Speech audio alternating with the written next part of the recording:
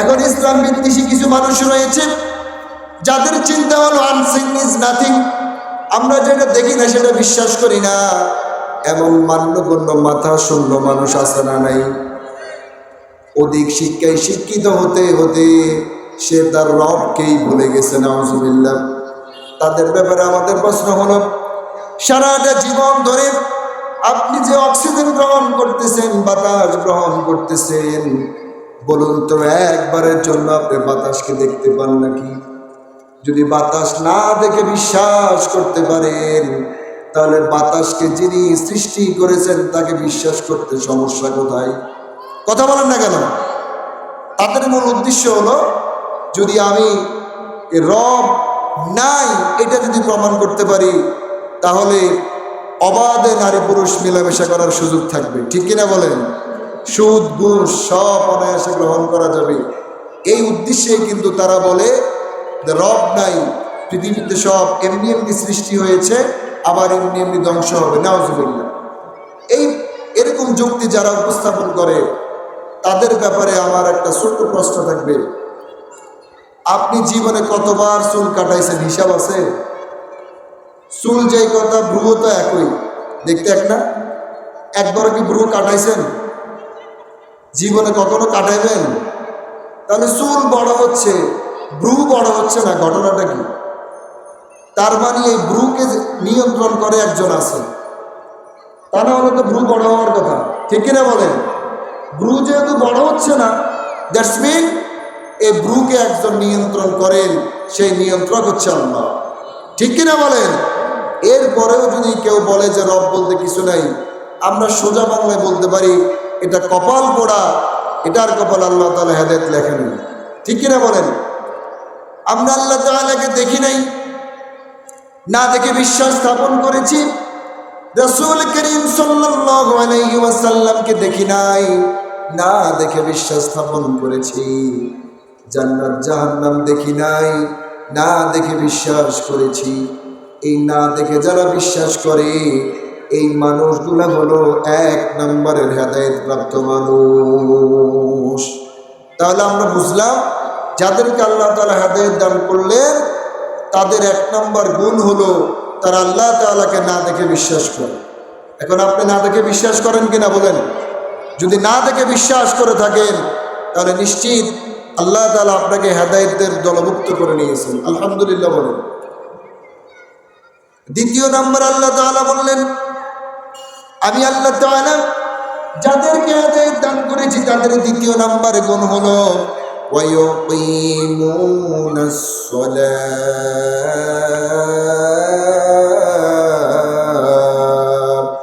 যে মানুষগুলো দুনিয়ার জমিনের মধ্যে নামাজ কায়েম করে, এই মানুষগুলো হলো হেদায়েত প্রাপ্ত মানুষ। আল্লাহু আকবার। নামাজ কায়েম করেন আপনারা? শুধু নিজে পড়লে নামাজ কায়েম? কায়েম শব্দের অর্থ হলো দণ্ডায়মান করানো, দাঁড় করানো, ভিত্তি প্রস্তর স্থাপন করা। যেখানে নামাজ চলমান রয়েছে এই ধারাবাহিকতা ধরে রাখা, আর যেখানে নামাজ নাই সেখানে নামাজ প্রতিষ্ঠা করা, এটাই হচ্ছে কায়েম। ঠিক কিনা বলেন? কেবলমাত্র শুধুমাত্র যদি আপনি নিজেই নামাজ পড়েন, আপনার পরিবার পরিজনের মধ্যে নামাজ নাই, সামাজিক জীবনে নামাজ নাই, রাষ্ট্রীয় জীবনে নামাজ নাই, তাহলে বুঝতে হবে নামাজ এখানে কায়েম নাই, এখানে নামাজ কায়েম করা লাগবে। ঠিক কিনা বলেন? নামাজ এমন একটি ইবাদত, এটি হচ্ছে ফরজে আইন। কোনো ব্যক্তি যদি ঈমান আনয়ন করে, ঈমান আনয়ন করার পরে যে বিধানটা চালু হয়, সেই বিধানটির নাম হলো সালাত। আল্লাহর নবী বললেন, কিয়ামতের ময়দানে যেদিন আপনার মা আপনাকে পরিচয় দিবে না, সন্তান মাকে যেদিন পরিচয় দিবে না, বিভীষিকাময় মহাপ্রলয়ের মহাক্ষণে আল্লাহ তাআলা সেদিন যে হিসাবটি সর্বপ্রথম নেবেন, সেটি হলো আউয়ালু মা ইউহাসাবু বিহিল আবদু ইয়াউমাল কিয়ামাতিস সালাত। কিয়ামতের দিন আল্লাহ তাআলা বান্দার থেকে সর্বপ্রথম নামাজের হিসাব নেবে। যেই ব্যক্তি নামাজের হিসাব দিতে পারবে, আল্লাহ তাআলা ওই ব্যক্তির পরবর্তী সব হিসাব সহজ করে দিবে। আল্লাহু আকবার। আর যদি আপনি নামাজের মধ্যে ধরা খেয়ে যান, আপনার আগামীর প্রত্যেকটা স্টেপকে আল্লাহ তাআলা কঠিন করে দিবে। দ্যাটস মিন হচ্ছে আল্লাহ তাআলা আপনাকে জাহান্নামে দিবে। নাউজুবিল্লাহ। এজন্য প্রিয় উপস্থিতি, আল্লাহ নবী বললেন, আসসালাতু মিফতাহুল জান্নাতিস সালাম। ও গোলাম, দুনিয়ার জমিনের মধ্যে নামাজ কায়েম করো, নিজে নামাজ পড়ো, পরিবার পরিজনের মধ্যে নামাজ কায়েম করো, কেননা এই নামাজ হলো পরকালীন জীবনে জান্নাতের চাবি। এই চাবি অর্জন করতে চাই কি চাই না? যদি চাই তাহলে মুয়াজ্জিন সাহেব আযান দিলে ঘরে বসে থাকবো নাকি মসজিদে যাব? যাবো তো ইনশাআল্লাহ। নামাজ শুধু পড়লেই হবে না, নামাজ থেকে শিক্ষা গ্রহণ করা লাগবে। মসজিদে গেলে সর্বপ্রথম আমরা দেখি কোন মানুষটা সব চাইতে বেশি যোগ্যতা সম্পন্ন, কোন মানুষটার চরিত্র সব চাইতে বেশি সুন্দর, সেই মানুষটাকে আমরা নামাজ পড়াতে দিই। ঠিক কিনা বলেন? এখান থেকে শিক্ষা গ্রহণ করতে হবে। মসজিদের ভিতরে যেইভাবে ভালো মানুষটাকে আমি ইমাম বানালাম, মসজিদ থেকে বের হওয়ার পরে ওই সমাজ পরিচালনার জন্য এরকম ভালো মানের একজনকে নেতা মানা লাগবে। ঠিক কিনা বলেন? মসজিদের চাইতে সমাজ আরো বেশি বড় না? বিশাল না? তাহলে ছোট্ট ঘর, এটাকে সংরক্ষণ করতে গিয়ে এটার আদর রক্ষার্থে আপনি ভালো মানুষকে ইমামতি দিচ্ছেন। তার চাইতে বড় এই সমাজ, আপনি সমাজে এসে 2 নম্বর মানুষকে নেতৃত্ব দিচ্ছেন, ফলে সমাজ ধ্বংস হয়ে যাচ্ছে। ঠিক কিনা বলেন? মসজিদে যেমনিভাবে ভালো মানুষকে আপনি ইমামতি দিচ্ছেন, মসজিদ থেকে বের হওয়ার পরে এই নেতৃত্বের জায়গা একজন ভালো মানুষকে দিতে হবে ইনশাআল্লাহ। দেব তো ইনশাআল্লাহ। নামাজের 2 নম্বর শিক্ষা হলো, নামাজের মধ্যে ইমাম সাহেব যদি কখনো ভুল করে, লোকমা আছে না নাই? ইমাম সাহেবকে আপনি লোকমা দিতে পারেন। মসজিদের সভাপতি ভুল করলে লোকমা দিতে পারেন না কেন? কথা বলেন না কেন? ইমাম সাহেবকে যেমনিভাবে ভুল শুধরিয়ে দেওয়ার জন্য আপনি লোকমা দিলেন, মসজিদ থেকে বের হওয়ার পরে আপনার নেতাও যদি ভুল করে তাকেও ঘাট ধরে বের করে দিতে হবে। ঠিক কিনা বলেন? আপনার নেতা অকাম কুকাম করবে আর আপনি অমুক নেতার চরিত্র ফুলের মতো পবিত্র এইভাবে স্লোগান দিচ্ছেন, আপনার নেতাও ভণ্ড, আপনিও ভণ্ড। ঠিক কিনা বলেন? নামাজের 3 নম্বর শিক্ষা হলো, আমরা যখন নামাজে দাঁড়িয়ে যাই, ধনী দরিদ্র সব শ্রেণীর মানুষ একইভাবে আমরা সারিবদ্ধ হই কি হই না? ধনী দরিদ্রের কোনো ভেদাভেদ নাই। সেখানে আমরা সবাই এক কাতারে আবদ্ধ হয়ে জানান দিচ্ছি, মুসলিম উম্মাহ আমরা সব এক দলের লোক। মসজিদ থেকে বের হলে দল ভেঙে মারামারি আছে না নাই? তাহলে মসজিদে আপনি এক দলের লোক হলেন, মসজিদ থেকে বের হয়ে আপনি ভিন্ন দলের লোক হলেন কেন? তার মানে হচ্ছে আপনি নামাজের শিক্ষাটা গ্রহণ করতে পারেন নাই। নামাজের মধ্যে যেইভাবে আমরা এক আল্লাহকে মানি, যেইভাবে আমরা আনুগত্যের বহিঃপ্রকাশ ঘটাই, মসজিদ থেকে বের হওয়ার পরেও আমরা একবদ্ধ হয়ে, একতাবদ্ধ হয়ে, ঐক্যবদ্ধ হয়ে আল্লাহর কোরআনের রাজ কায়েম করার জন্য আন্দোলন করা লাগবে। ঠিক কিনা বলেন? এই শিক্ষাগুলো আমরা যতদিন গ্রহণ করতে না পারবো, ততদিন আমাদের জীবনের পরিবর্তন ঘটবে না। ওই রাম বাম ভূত এগুলা ক্ষমতায় থাকবে, আর সত্যিকারের মুমিন বান্দা ইসলাম প্রেমী যারা, এরা মায়ের খাচ্ছে, আগামীতেও খাবে। ঠিক কিনা বলেন? এর জন্য আমাদেরকে পরিবর্তন হতে হবে ইনশাআল্লাহ। যারা কোরআন দিয়ে সমাজ চালাতে চায়, দেশ চালাতে চায়, এমন একজন মানুষকে আমাদের নেতা মানতে হবে। মানব তো ইনশাআল্লাহ?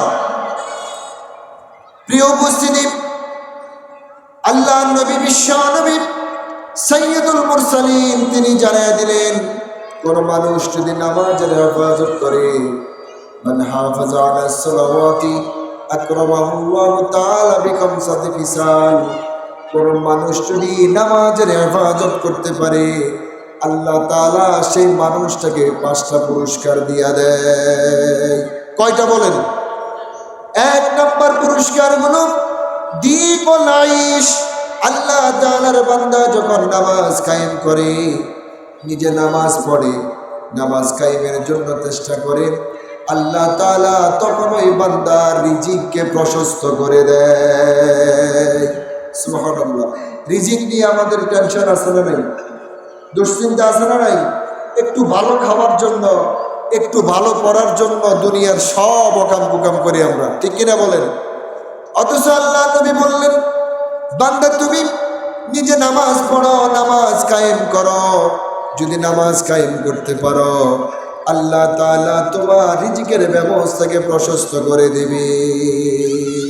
তাহলে রিজিক প্রাপ্ত হওয়ার জন্য আজকে থেকে আমরা নামাজকে আঁকড়ে ধরবো ইনশাআল্লাহ। দ্বিতীয় নাম্বার পুরস্কার হলো ওয়াযাবিল কবর।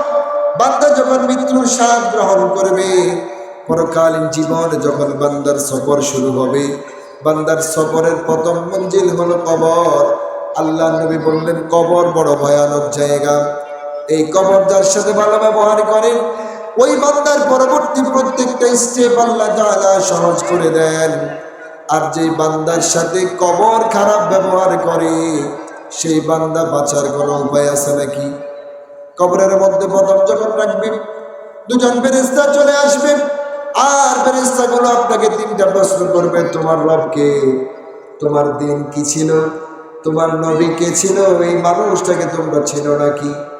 যখন আপনি উত্তর না দিতে পারবেন, আপনার জন্য ভয়াবহ ব্যবস্থা শুরু হয়ে যাবে। জাহান্নাম থেকে আপনার জন্য আগুনের পোশাক নিয়ে আসা হবে।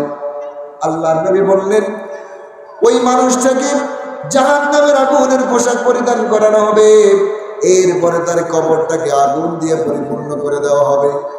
তারপরে একজন ফেরেশতা আসবে, কানে শুনে না, তার হাতের মধ্যে বর্শা থাকবে, বর্শা দিয়ে আঘাত করতে থাকবে, একের পর এক আঘাত করবে। আপনি বাঁচার জন্য চিৎকার করবেন, ফেরেশতা শুনবে না। এমন অবস্থার মধ্যে আপনার ভয়াবহ পরিস্থিতি তৈরি হবে। কবরের মধ্যে বাঁচার জন্য আপনার সে কি নির্ধারণা ক্ষতি থাকবে। কিন্তু সেদিন বলুন তো, বাঁচার কোনো উপায় আছে নাকি? আল্লাহ নবী বললেন, সেদিন সেই বিভীষিকাময় পরিস্থিতি থেকে যদি কোনো গোলাম বাঁচতে চায়, কবরের আযাব থেকে যদি মুক্তি পেতে চাই, তাহলে বান্দা দুনিয়ার জমিনের মধ্যে নামাজের হেফাজত করো। যদি নামাজের হেফাজত করতে পারো, ওয়াযাবিল কবর, আল্লাহ তাআলা বান্দার কবরের আযাবকে মাফ করে দেয়। আল্লাহু আকবার। নামাজের হেফাজত করেন, কবর হেফাজত করবেন যিনি, তিনি কে? তিন নম্বর নামাজের পুরস্কার হলো ওয়ায়ুতিহিল্লাহু বিয়ামিনিহি কিতাবাহু। হাসরের ময়দানে মানুষগুলো যখন বিপদগ্রস্ত হবে, দুশ্চিন্তা করবে, আমল নামা কোন হাতে আসবে। সেদিন যাদের আমল নামা ডান হাতে আসবে, আহলান সাহলান মারহাবান তাইয়িবান বলে বলে জান্নাতি ফেরেশতারা মিছিল দিয়া দিয়া আপনাকে জান্নাতে নিয়ে যাবে। কিন্তু যখন কোনো বান্দার আমল নামা বাম হাতের মধ্যে চলে আসবে, বাম হাতটাকে পিছন দিয়া, পিঠের পিছন দিয়া এরকম ছিদ্র করে বুক দিয়ে বের করে দিবে, নাউজুবিল্লাহ।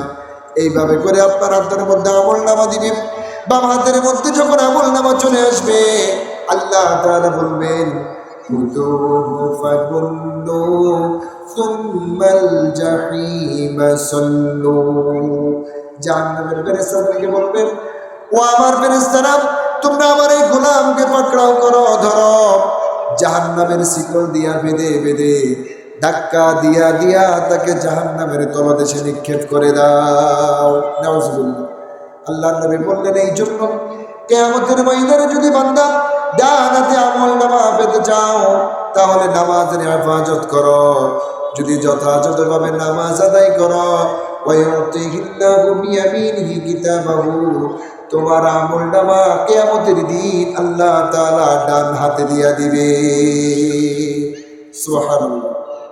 ডান হাতে আমল নামা চাই কি চাই না? চাইলে কি করতে হবে বলেন? নামাজের হেফাজত করা লাগবে, নামাজ কায়েম করতে হবে ইনশাআল্লাহ।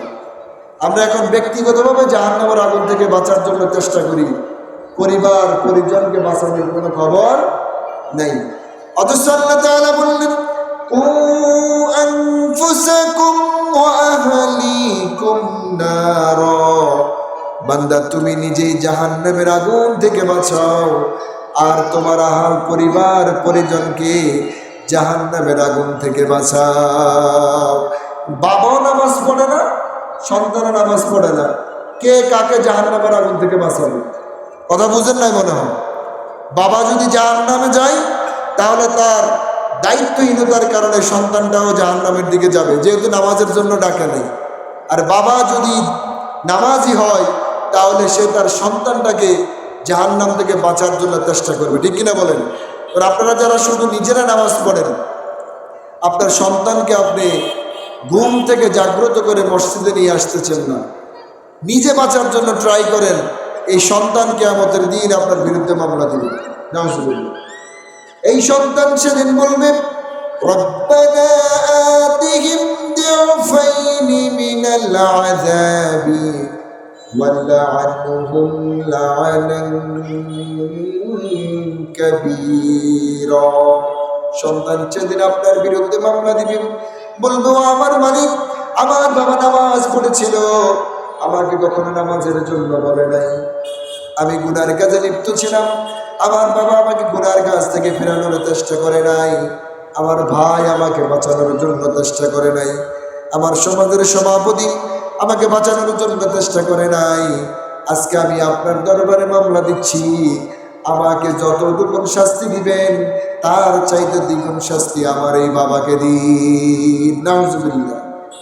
আপনার সন্তান সেদিন আপনাকে পদপিষ্ট করবে, পদদলিত করবে, আপনি আপনার সন্তানের পায়ের নিচে যাবেন, তখন আপনার চাইতে ব্যর্থ বাবা আর কে হবে বলেন?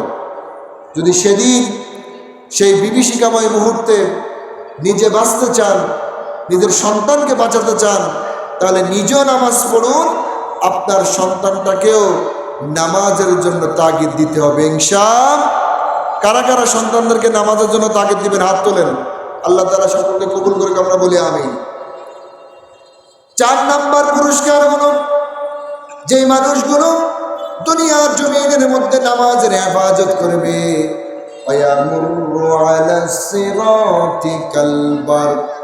পরকালীন জীবনে ছোট্ট একটা অধ্যায় রয়েছে যেটার নাম হলো ফুলসিরাত। আসনা নাই?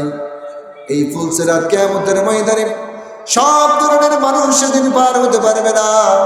কোনো মানুষ যখন ফুলসিরাতের মধ্যে উঠবে, নিমিষের মধ্যে পা কেটে জাহান্নামের মধ্যে নিমজ্জিত হবে। কিন্তু আল্লাহ নবী বললেন, সেই বিভীষিকাময় মুহূর্তে এক শ্রেণীর মানুষকে আল্লাহ তাআলা বিজলির মতো করে ফুলসিরাত পার করে দিবেন। সেই মানুষগুলো হলো তারা দুনিয়ার জমিনের মধ্যে নামাজের হেফাজত করে যারা। আল্লাহু আকবার। সুতরাং আপনি যদি নামাজের হেফাজত করেন, যিনি আপনাকে ফুলসিরাত পার করে দিবেন তিনি কি? 5 নম্বর পুরস্কার। আমরা যে এখানে কষ্ট করে বসে রয়েছি, আমাদের মূল উদ্দেশ্য কি? জান্নাত, ঠিক কিনা বলেন?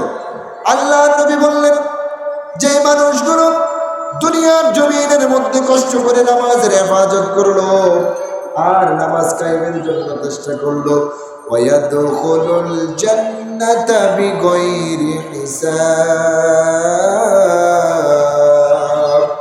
নামাজি মানুষগুলোকে কিয়ামতের দিন আল্লাহ তাআলা বিনা হিসাবে জান্নাত দান করে দিবে। আল্লাহু আকবার। যখন আপনাকে আল্লাহ তাআলা জান্নাত দিবে, এটি হচ্ছে আপনার জন্য চূড়ান্ত সফলতা, ঠিক কিনা বলেন? দুনিয়ার সফলতা আমার কিচ্ছু যায় আসে না। আপনি দুনিয়াতে এমপি, মন্ত্রী, বহুত কিছু হলেন, লক্ষ লক্ষ কোটি টাকার মালিক হলেন, কিন্তু পরকালীন জীবনে জাহান্নামী হলেন। বলুন তো, টাকা পয়সার কোনো দাম আছে নাকি?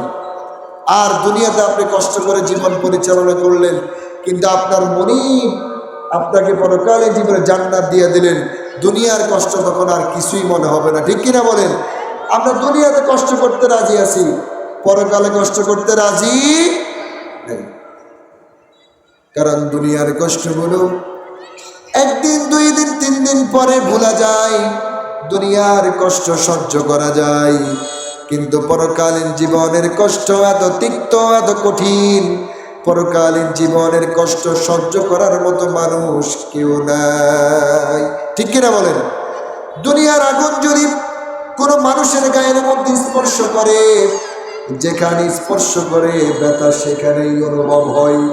কিন্তু জাহান্নামের আগুন, পরকালীন জীবনের আগুন এত ভয়াবহ, আপনার শরীরের যেই জায়গায় লাগুক না কেন নিমিষেই কলিজা ফুলে ছাই হয়ে যাবে। সুতরাং আমাদেরকে দুনিয়াতে আগুনে ফোড়া কোনো দুঃখ নাই, পরকালীন জীবনে আমরা আগুনে ফুটতে চাই। যদি না চাই তাহলে কাজ একটা করতে হবে, নামাজের হেফাজত করতে হবে। আর যারা নামাজের হেফাজত করে আল্লাহ তাআলা এদেরকেই বলছেন এরা হচ্ছে হেদায়েত প্রাপ্ত মানুষ।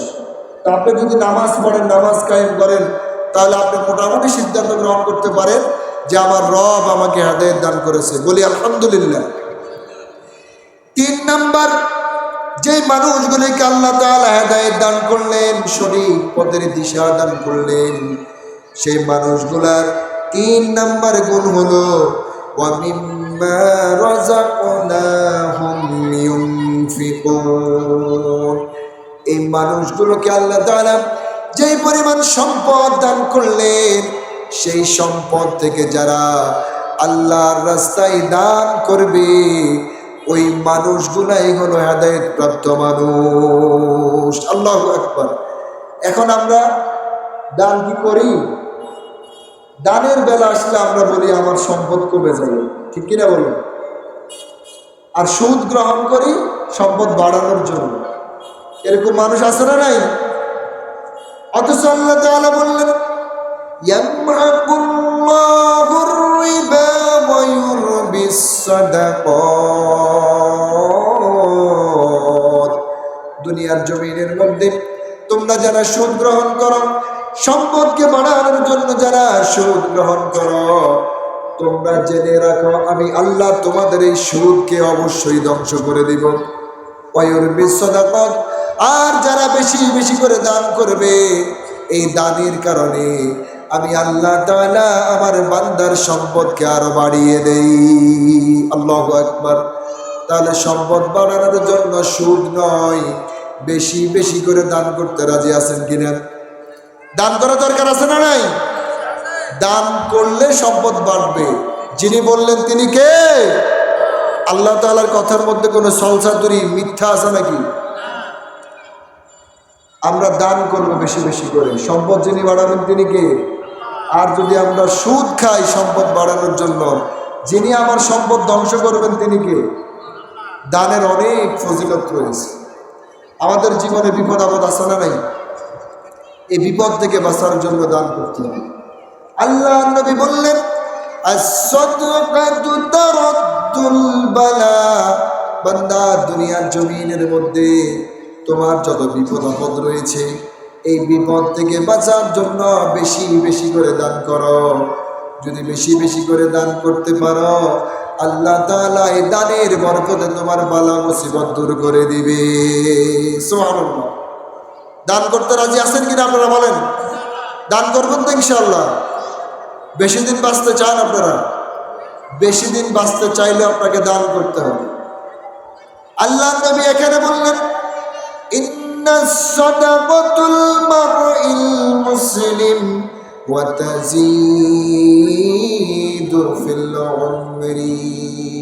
তোমাদের মধ্যে যে মানুষগুলো আল্লাহ তাআলার সন্তুষ্টি অর্জনের জন্য দান করে, দিন কায়েমের জন্য দান করে, মসজিদ কিংবা মাদ্রাসা প্রতিষ্ঠিত করার জন্য যারা দান করে, আল্লাহ তাআলা ওই বান্দার হায়াতকে বহু গুণে বাড়িয়ে দেয়। আল্লাহু আকবার।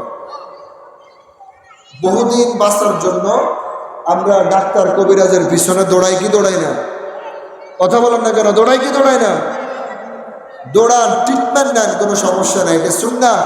কিন্তু বেশি করে যদি বাঁচতে চান আপনাকে বেশি বেশি করে সদাকা করতে হবে ইনশাআল্লাহ। এরপরে বান্দা যখন গুনাহ করে, গুনার কারণে আল্লাহ তাআলা ওই বান্দার উপর রেগে যান। রাগে কি রাগে না বলেন? বালা মুসিবত গজব আসে না আমাদের জীবনে? এটা আল্লাহ তাআলা যখন রেগে যায় তখন বান্দাকে বিপদ দেয়। আল্লাহ নবী বলেন এই বিপদ থেকে বাঁচতে হলে আল্লাহ তাআলার রাগকে যদি কমাতে হয় এখানেও দান করতে হবে। আল্লাহ নবী বললেন ইন্নাস সাদাকাতু লিতুতফিউ আন গদাবার রাব্বি। বান্দা যখন দান করে, দান করার কারণে আল্লাহ তাআলা তার রাগকে দূর করে দেয়। তাহলে আল্লাহ তাআলার সন্তুষ্টির জন্য আমরা দান করবো ইনশাআল্লাহ, করবো তো ইনশাআল্লাহ। এরপরে আমাদের জীবনে অপবিত্র আছে না নাই? মানুষ যখন ঘর থেকে বের হয়, হঠাৎ করে গাড়ির নিচে পড়ে মৃত্যু, কারেন্টের শক লেগে মৃত্যু, পানিতে পড়ে মৃত্যু আছে না নাই? এগুলাকে বলে অপবিত্র। আল্লাহ নবী বললেন, বান্দা যদি তুমি অপবিত্র থেকে বাঁচতে চাও তাহলে তুমি বেশি বেশি করে দান করো।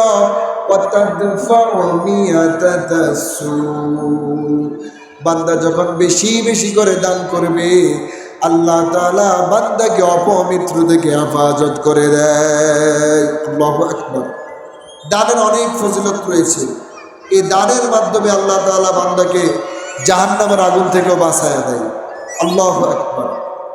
আল্লাহ নবী এই জন্য বললেন, ইত্তাকুন নার ওয়ালাউ বিশিক্কি তামরিন। ও আমার উম্মতেরা, তোমরা জাহান্নামকে ভয় করো।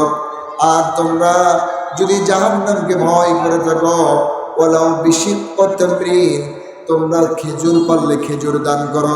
একটা খেজুর দান করে হলেও তোমরা জাহান্নামের আগুন থেকে বাঁচো। এই হাদিস থেকে স্পষ্ট বোঝা যায়, যারা আল্লাহ তাআলার সন্তুষ্টির জন্য মসজিদ কিংবা মাদ্রাসায় কিংবা দিন কায়েমের জন্য দান করে, আল্লাহ তাআলা ওই দানের বরকতে বান্দাকে জাহান্নাম থেকে বাঁচাইয়া দেয়। তবে জাহান্নামের আগুন থেকে বাঁচতে হলেও দান দরকার আছে না নাই? এরপরে যারা দান করে, আল্লাহ নবী বললেন, তোমাদের যাদের মা বাবা দুনিয়ার সফর শেষ করেছে, যারা কবরের বাসিন্দা হয়ে গেছে, এই মানুষগুলো বড় অসহায়। আমাদের মা বাবা আমাদের জন্য কত কষ্ট করলেন। গভীর রজনীতে সন্তান যখন ঘুমায় না, কান্না করে, দুনিয়ার সব মানুষ ঘুমিয়ে যায়, বলুন তো আপনার বাবা আপনার মা কি ঘুমায় নাকি? যতক্ষণ পর্যন্ত সন্তান ঘুমায় না, ততক্ষণ পর্যন্ত মা সন্তান নিয়ে এই ধার থেকে ওই ধার কান্না থামানোর জন্য চেষ্টা করে। কখনো ডান পাশে সন্তান প্রস্রাব করে দিলেন, ডান পাশে মা গিয়ে সন্তানটাকে সুন্দর মধ্যে বাম পাশে শোয়ায়। আবার যখন বাম পাশে প্রস্রাব করে দেয়, মা তখন ওই প্রস্রাবের মধ্যে ঘুমায়, সন্তানটাকে বুকের মধ্যে রাখে।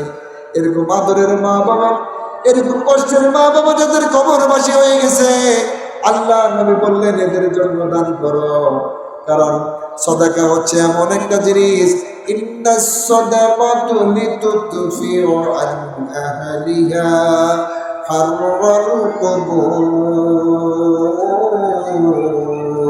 কোন মৃত ব্যক্তির জন্য, মা বাবার জন্য যখন সন্তান দান করে, দান করার সাথে সাথে আল্লাহ তাআলা মা বাবার কবর আযাবকে মাফ করে দেয়। আল্লাহু আকবার। এই জন্য আমাদের যাদের মা বাবা কবরবাসী হয়ে গেছে, আমরা আমাদের এই মা বাবার জন্য দান করবো তো ইনশাআল্লাহ। ইন্নাস সাদাকাতু লিতুতফিউ, দান করা মাত্রই বন্ধ করে দেয় আন আহলিহা হাররাল কুবুর, ওই কবরবাসী মানুষের কবর আযাব। সুবহানাল্লাহ। এই জন্য বেশি বেশি করে দান করবো তো আমরা, করতে রাজি আছি তো ইনশাআল্লাহ। দান করলে কিয়ামতের দিন আল্লাহ তাআলা আপনাকে আরশ আজিমের নিচে স্থান করে দেবেন। কিয়ামতের দিন অবস্থা কেমন হবে বলেন? আগুনের উত্তপ্ততা, সূর্যের উত্তপ্ততা। আজকের পৃথিবীর সূর্য এক মুখ দিয়ে আপনাকে তাপ দেয় 9,88,00,000 মাইল দূর থেকে, 9,88,00,000 মাইল দূর থেকে এক মুখ দিয়ে তাপ দেওয়ার কারণে দুনিয়ার জমিনের মধ্যে আমরা সহ্য করতে পারি না। কিয়ামতের দিন সূর্য তার 9টা মুখ দিয়ে আপনাকে তাপ দিবে, এক বিগত কিংবা মতান্তরে 1 হাত উপর থেকে। মাথার মগজগুলা টনবন করবে, কান বেবে, চোখ বেবে, আপনার মাথার মগজগুলা টকবক করে করে পড়তে থাকবে। আল্লাহ নবী বলেন, ওই বিভীষিকাময় অবস্থাতে যারা আজকে দুনিয়াতে দান করবে, তাদেরকে আল্লাহ তাআলা সূর্যের তাপ থেকে হেফাজত করে আরশ আজিমের নিচে ছায়া দান করে দিবে। আল্লাহু আকবার। এরপর আমাদের জীবনে গুনাহ আছে না নাই? এই গুনাহ আল্লাহ তাআলা মাফ করে দিবে। আল্লাহ নবী বললেন, আল্লাহ তাআলা এইভাবে জানিয়ে দিলেন, ওয়ায়ুকাফিরু আনকুম সাইয়্যাতিকুম। বান্দা যখন দুনিয়ার জমিনে দান করে, আল্লাহ তাআলা বান্দার জীবনের অতীত গুনাহগুলো নিজ হাতে মাফ করে দেয়। গুনাহ নাই এমন মানুষ আছে না নাই? আমাদের প্রত্যেকটা জীবনের মধ্যে গুনার গুনাহ, ঠিক কিনা বলেন?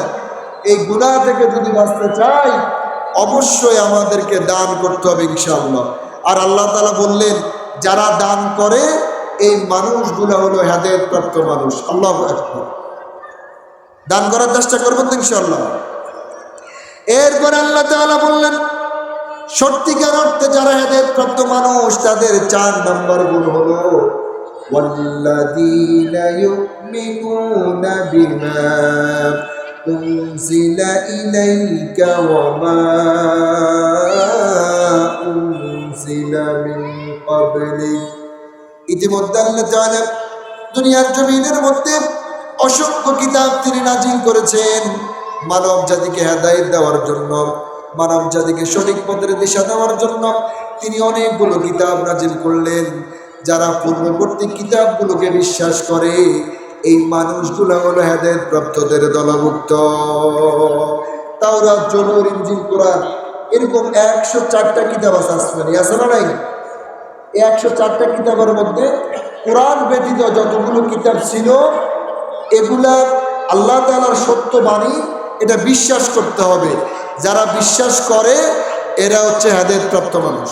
সুবহানাল্লাহ।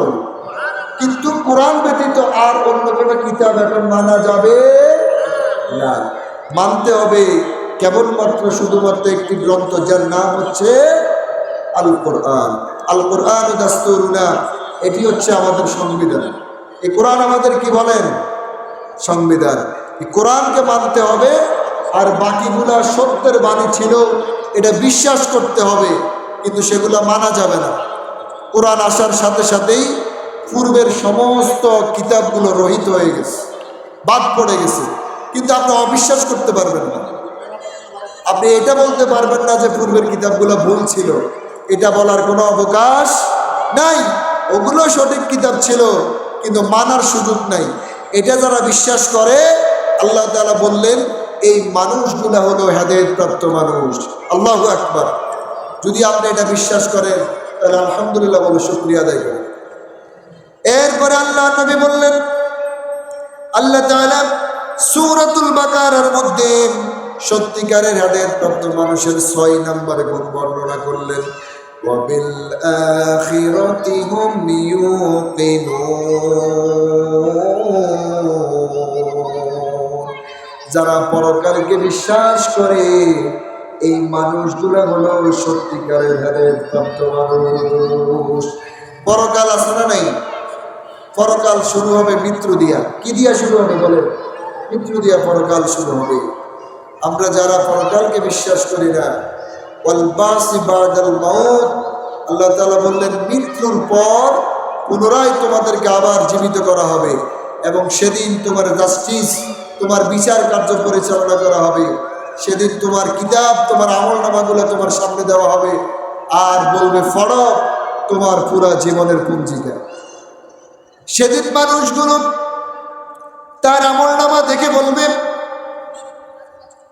মালি হাযাল কিতাব লা ইগাদিরু সগীরাতান ওয়ালা কাবীরা। আরে এটা কেমন পঞ্জিকা, এটা কেমন আমলনামা! লা ইগাদিরু সগীরাতান ওয়ালা কাবীরা।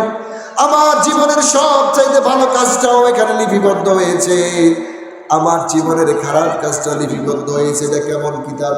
তখন বান্দা নিজের কিতাব পড়ে পড়ে, নিজের আমলনামা দেখে দেখে নিজেই বুঝে যাবে সে কোনখানের বাসিন্দা। বান্দা নিজের আমলনামা দেখে চূড়ান্ত সিদ্ধান্ত গ্রহণ করতে পারবে, আরে আজকে আমার বাঁচার কোনো উপায় নাই। সেদিন যার আমলনামা খারাপ হবে, বিচারের দিন যার আমলনামা খারাপ হবে, বলুন তো সেই মানুষটা কোথায় যাবে? কোথায় যাবে বলেন? জাহান্নামে যাবে। শুধু সেদিন যদি জাহান্নামে যেতে না চান, তাহলে আজকে আপনাকে এই কোরআন দিয়া জীবনকে সাজিয়ে নিতে হবে, ঠিক কিনা বলেন? কোরআন দিয়া যদি জীবন সাজাতে পারি, এই কোরআন কিয়ামতের দিন সুপারিশ করে আপনাকে জান্নাতে নিয়ে যাবে।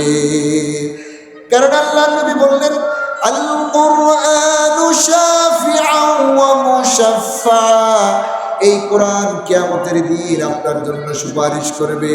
আর কোরআন যার জন্য সুপারিশ করবে সেই মানুষটা নিশ্চিত আল্লাহর জান্নাতে চলে যাবে। ঠিক কিনা বলেন?